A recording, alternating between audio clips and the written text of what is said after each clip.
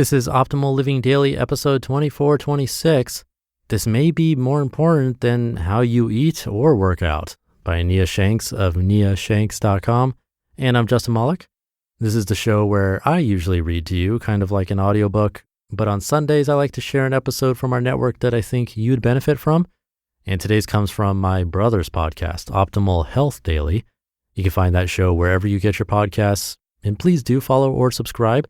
Listening to more than one podcast that I produce in this network actually does help keep this show going along with the others, so it's greatly appreciated. And with that, let's hear this episode read by Dr. Neil of Optimal Health Daily and followed by his commentary as we optimize your life. This may be more important than how you eat or work out, by Nia Shanks of niashanks.com. Brace yourself. The topic of this article, mindfulness, is an excruciatingly boring topic of conversation to some people, but don't hit stop just yet. Years ago, it was something I had no interest in learning about, let alone discussing. The moment someone said, mindfulness is important and beneficial, my eyes would glaze over in immediate boredom. I would start playing reruns of Family Guy in my head or think about my favorite song. Anything to drown out the self-help nonsense that was being blabbered about. After all, if you want to build a strong, healthy, and good-looking body, all you need to do is eat well and work out consistently. The mindset stuff, I thought, was for people that just couldn't do the work that needed to be done.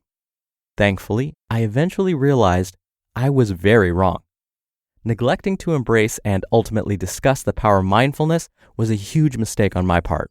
It wasn't until I finally gave in and made mindfulness a priority by intently focusing on individual components of my health and fitness regimen, which we'll discuss in a moment, that I had a huge aha moment.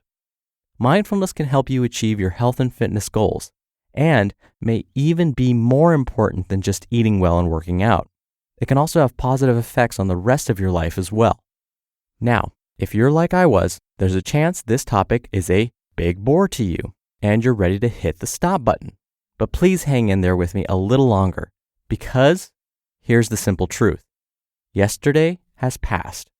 Tomorrow is not guaranteed. That means all we're left with is today. If you take a few moments to ponder this truth, it can be humbling and freeing. Embracing today is the essence of mindfulness, and exploiting this truth can have a huge impact on your life. I know it has for me. When I slow down and focus on today, even this very moment, I'm less anxious and not overwhelmed with things that are out of my control, or the other things I need to accomplish. Before settling in to write this article, I was on the front porch with my pup, sipping my morning coffee, listening to the birds chirp on this beautiful morning, and took numerous breaths of fresh, crisp fall air. I may have only been out there a few minutes, but I made sure to be present the entire time and enjoy it. Instead of thinking about everything I needed to do today, I enjoyed those few minutes. Later today, I'll perform a lower body strength training workout, and then I'll work on the binge eating book that will be released in the very near future. Tonight, I'll cook dinner, hopefully a very tasty one, that I'll share with my amazing spouse. We'll chat, catch up on our day, and hopefully share several laughs. Heck, I may even enjoy a delightful pumpkin ale as I cook. Who am I kidding? I'm definitely going to drink a pumpkin beer. The point is, I will give my full attention to each moment and embrace it. I won't simply go through the motions of my normal daily tasks, but will strive to do everything with purpose and make the most of each opportunity. So, how can you use this?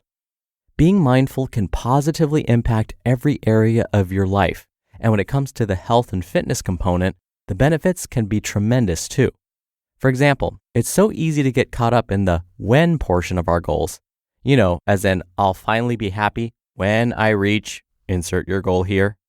We allow our happiness to be determined by a goal that will be achieved in the future, and as a result, we rush to make it a reality. Until we reach that goal, we're just passing time.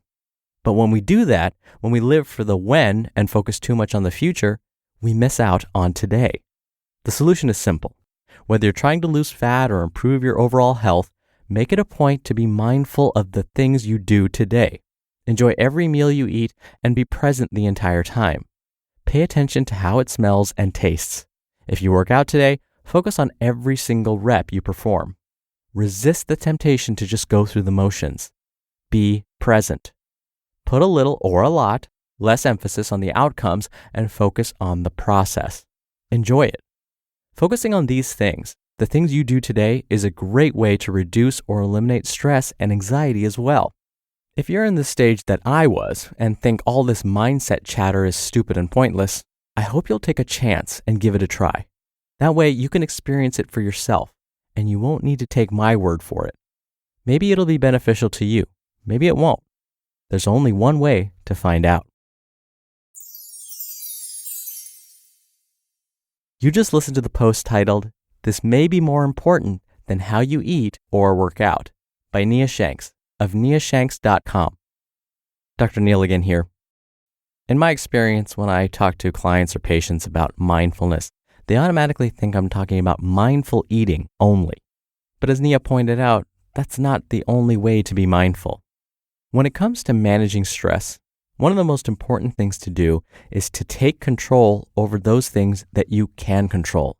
The other stuff, the stuff that you can't control, like other people's emotions or how they're going to respond to something or your boss's behavior, you have to let go.